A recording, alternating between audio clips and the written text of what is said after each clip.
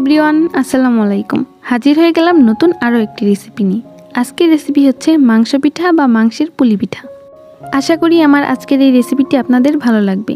যদি ভালো লেগে থাকে তাহলে আমার চ্যানেলটিকে সাবস্ক্রাইব করতে ভুলবেন না। চলুন তাহলে আর দেরি না করে দেখে নিই এই পিঠাটা বানাতে আমাদের কি কি লাগছে। মাংস পিঠার ভেতরের পুরটা বানানোর জন্য এখানে আমি গরুর মাংস ব্যবহার করেছি। আমি রান্না করা মাংস থেকেই কয়েক পিস তুলে এভাবে একটু থেতলে নিয়েছি। তবে আপনি চাইলে গরুর মাংসের পরিবর্তে মুরগির মাংস বা খাসির মাংস ব্যবহার করতে পারবেন। আমি চুলায় একটা প্যানে তেল দিয়ে দিয়েছি। এবার তেলটা একটু গরম হলে এর মধ্যে আমি একটা তেজপাতা দিয়ে দিব। তেজপাতাটা ঠিক আমি মাঝখান থেকে এভাবে একটু ছিঁড়ে দিয়েছি। এবার দিয়ে দিব 2টা এলাচ, একটা লবঙ্গ আর 2-3 টুকরা দারচিনি। এবার এগুলোকে খুব ভালোভাবে ভেজে নিতে হবে। এতে গরম মশলার যে গ্রানটা এটা তেলের মধ্যে খুব সুন্দরভাবে ছড়িয়ে যাবে। ভাজা হয়ে গেলে এতে আমি দিয়ে দিব পেঁয়াজ কুচি, রসুন কুচি আর কাঁচামরিচ কুচি। এবার এগুলোকে একটু লালচে হয়ে আসা পর্যন্ত ভালোভাবে ভেজে নিতে হবে। ভাজা হয়ে গেলে এতে আমি দিয়ে দিব 1/2 টেবিল চামচ আদা বাটা, 1/2 টেবিল চামচ জিরা বাটা, 1 চা চামচ ধনিয়া গুঁড়া, 1/2 চা চামচ হলুদের গুঁড়া, 1/2 চা চামচ লাল মরিচের গুঁড়া আর দিয়ে দিব স্বাদমতো লবণ। আমি একটু পানি অ্যাড করে দিচ্ছি যাতে মশলাটা পড়ে না যায়। এবার এই পানি দিয়ে মশলাটাকে ভালোভাবে কষিয়ে নিতে হবে। মশলাটা যত ভালোভাবে কষাবেন পিঠার পুরটা খেতে কিন্তু ততটাই মজার হবে। এবার আমি একটা ঢাকনা দিয়ে এটাকে 2 মিনিটের জন্য ঢেকে দিচ্ছি। ঠিক 2 মিনিট পরে দেখুন তেলটা কিন্তু উপরে ভেসে উঠেছে, তার মানে মশলা কষানোটাও হয়ে গিয়েছে। এই পর্যায়ে আমি সেই ঝুরা মাংসগুলো এতে দিয়ে দিব। এবার এগুলোকে নেড়ে চেড়ে এই মশলার সাথে খুব ভালোভাবে মিশিয়ে নিতে হবে। মেশানো হয়ে গেলে এতে আমি পরিমাণ মতো পানি অ্যাড করে দিব। এবার একটা ঢাকনা দিয়ে আমি এটাকে কিছুক্ষণের জন্য ঢেকে দিচ্ছি। কিছুক্ষণ পর দেখুন পানিটা প্রায় শুকিয়ে এসেছে। এই পর্যায়ে এটা ঢেকে দেওয়ার দরকার নেই। এভাবে কিছুক্ষণ নেড়ে চেড়ে এটা থেকে সম্পূর্ণ পানিটাকে শুকিয়ে ফেলতে হবে। পানিটা একদম শুকিয়ে গিয়েছে আর কালারটাও চেঞ্জ হয়ে গিয়েছে। এই পর্যায়ে আমি চুলাটা বন্ধ করে এগুলোকে নামিয়ে নিব। এখানে আমি চালের গুঁড়া দিয়ে একটা কাই তৈরি করে নিয়েছি। এবার এটাকে খুব ভালোভাবে মথে নিতে হবে। গরম পানির মধ্যে পরিমাণ মতো লবণ আর চালের গুঁড়া অ্যাড করে খুব সহজেই এই কাইটা তৈরি করা যায়।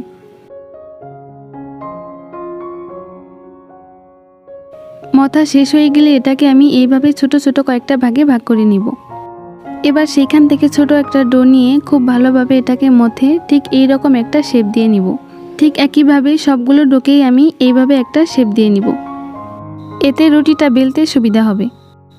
এবার আমি একটা ডো নিয়ে নিয়েছি আর এটাকে বেলে আমি একটা রুটি তৈরি করে নিব। আমার রুটিটা বেলা হয়ে গিয়েছে। এবার এর মধ্যে আমি সেই মাংসের পুরটা দিয়ে দিচ্ছি।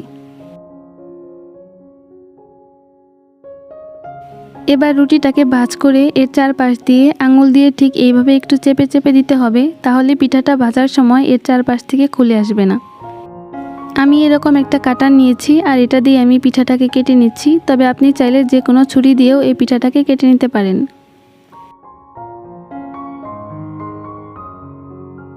এবার সাইড থেকে এর বাড়তি অংশটা তুলে নিচ্ছি। এটা দিয়ে পরবর্তীতে আবারও রুটি বেলা যাবে।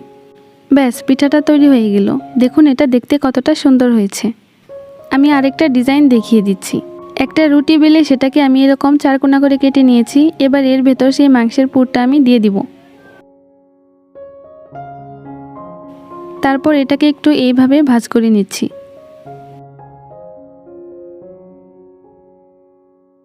ভাঁজ করা হয়ে গেলে একটা কাঁটা চামচের সাহায্যে এর 2 পাশে ঠিক এইভাবে একটু চেপে চেপে একটা ডিজাইন তৈরি করে নিব।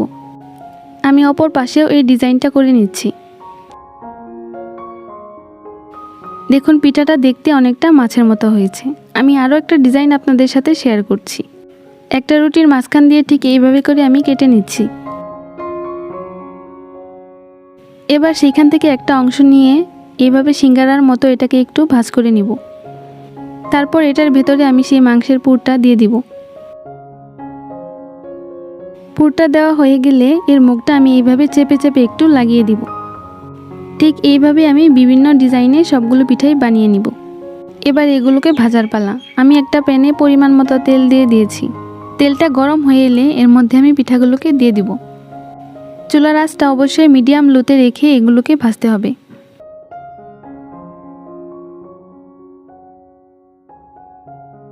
একটা পাশ একটু ভাজা হয়ে এলে এটাকে উল্টে দিতে হবে।